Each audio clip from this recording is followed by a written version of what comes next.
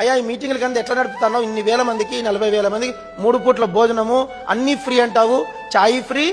ఒకసారి అమెరికా నుంచి ఒక ఆయన వచ్చాడంట, అమెరికా నుంచి ఆయన వచ్చి కాన్వకేషన్కి భోజనం దగ్గర నిలబడి how many I can pay అనంట.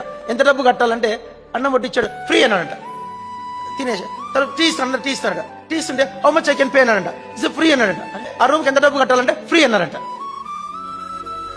Room free, chai free, తర్వాత భోజనం ఫ్రీ, టిఫిన్ బ్రేక్ఫాస్ట్ ఫ్రీ, మళ్ళీ లంచ్ ఫ్రీ, డిన్నర్ ఫ్రీ, అన్ని ఫ్రీ.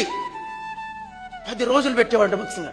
10 రోజులు ఎవరి దగ్గర డబ్బులు అడిగేవాడు కాదంట. అడిగారంట ఇంత డబ్బు ఎక్కడి నుంచి వస్తుందంటే ఆ శాప మీద కూర్చొని ఇక్కడి నుంచి వస్తాయని చెప్పాడంట. ఆ శాప సాక్ష్యం, ఆ శాప భక్సింగ్ గారు ప్రార్థించిన శాప ఆయన కూర్చొని మోకరించి అరిగిపోయిందంట. అది మన నీట్గా భక్సింగ్ గారు డ్యూటీ చేసేవాళ్ళు ఆ శాప నెమ్మది చుట్టి పెట్టేవాళ్ళంట, దాన్ని అపురూపంగా చూసేవాళ్ళంట.